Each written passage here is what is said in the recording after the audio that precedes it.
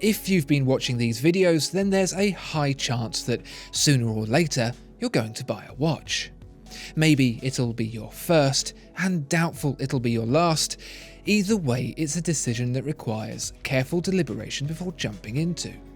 Easier said than done, however, so let us do some of the hard work for you and leave you to enjoy the rest. And by that I mean, here is a list of 5 more watches that you should avoid.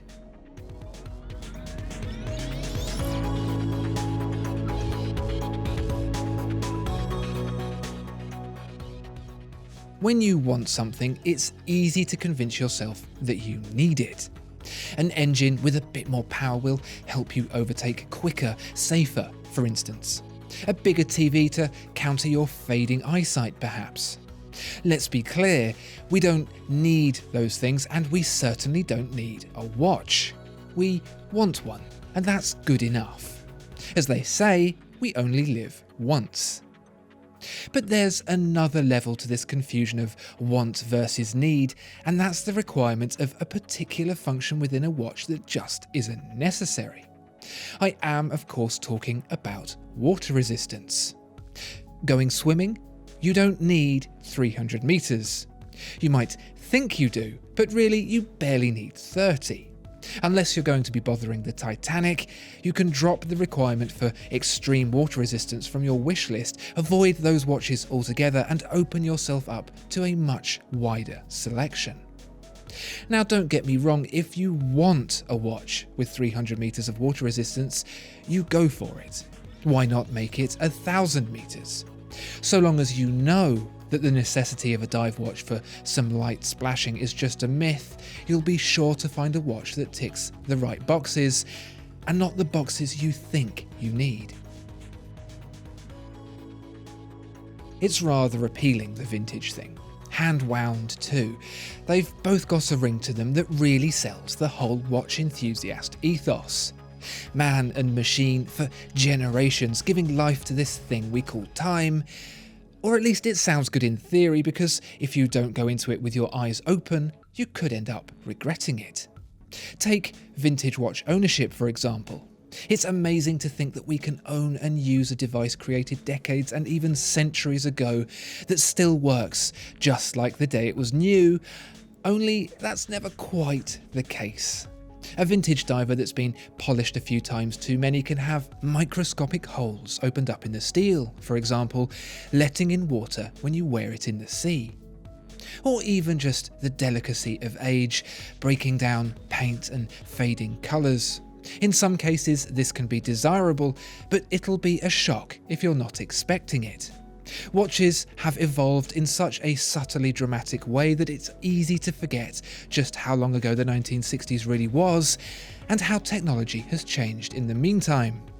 For many collectors, this aging, this history, is all part of the story the watch has to tell, the source of the nostalgic appeal vintage has, but you need to go into it with your eyes open.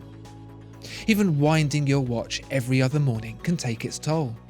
Fun for the first time perhaps, maybe even for a week, but then you start to forget or it becomes a chore. Now, none of this may be the case for you, but it's a consideration worth making before it's too late.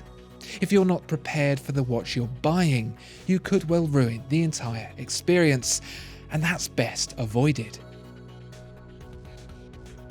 Say you wrote down a list of all the things you wanted in a watch.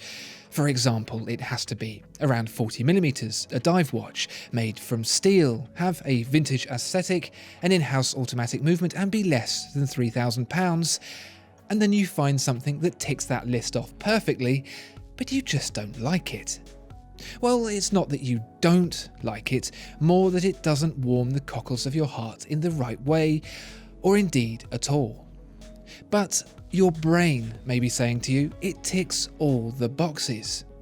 And it makes a good point. If not the watch that does everything you ever wanted it to do, then what? Perhaps you have your eye on a quartz watch. You really like how it looks, like the provenance, even like the movement, but your brain says no. Well, ignore your brain, at least partially, because you've got to let your heart have a say too. That watch that ticks all those boxes but leaves you cold, give it a miss. The quartz watch you keep going back to that ticks a bunch of those boxes and also makes you feel feelings again, don't overlook it. It's been said once already and it bears repeating. These watches are things we want, not need, so as sensible as it seems to buy the watch that does everything right on paper, it's rarely the right decision. Don't let cold logic steer your decision without the warmth of feeling giving it a gentle nudge in the right direction, or you could end up with a watch you'd have rather avoided. So we've established before that buying a watch you can afford now versus the one you're saving for is only going to end in a lighter wallet overall, as the inevitable happens and you end up with the one you did want anyway. But there's another level to this conundrum that often goes overlooked. Say you can afford the watch you want, but it just isn't available. There's a waiting list or simply none on the market to purchase. You know it's the one you want and you've got the cash for it burning a hole in your pocket, weighing you down and reminding you of the absence of what you've worked hard to save for. So comes the temptation of just buying something. You want to part with your hard-earned just to experience the buzz of a purchase, even though it's not for the watch you actually wanted. You convince yourself that you'll come to love it anyway, that it's the right decision, even though you know that's not true. You don't need me to tell you that you should keep the enticement of the immediate purchase at arm's length. After all, the journey is as much a part of the experience as ownership itself. Stay focused. You can do it. It won't be as long as you think, and you'll get to laugh about it afterwards with the watch you wanted all along, sat pride of place on your wrist. I'm going to sound like teacher here for this one, but believe me, I'm speaking from experience. It happens to all of us. We determine an amount that we're happy to spend on a timepiece, and then we see the most perfect, amazing, heavenly watch. And of course, it costs a bit more. Well, since we're looking at a watch that costs a bit more, may as well browse a few other watches at that price point too. You find something else that fits this new budget, and although it's a bit of a stretch, you know it'll be worth it. But then you see another, even more amazing and perfect and heavenly than the last, and you guessed it, it costs a bit more still. Before you know it, you're browsing watches that you definitely can't afford. You consider all the ridiculous things you could do to make ends meet, planning a life of misery, all for the benefit of that watch on your wrist. Let me tell you, it's not worth it. There's always going to be a bit of stretch, but stretch too far and you simply won't be able to enjoy the fruits of your labour. Of all the mistakes people make when buying a watch, beyond choosing the wrong thing or not being patient, the stretch is by far the most detrimental. It may seem like a good idea in the short term, but you'll be thankful later when you can actually enjoy your watch, anxiety-free. Buying a watch can seem like a complicated old business, but it really boils down to just 3 simple things. Listen to your head, don't ignore your heart, and exercise patience. If you follow that, you're sure to find the watch that's right for you. What watches do you think buyers should avoid? Do you have any rules when you're looking for your next watch? Let us know in the comments below.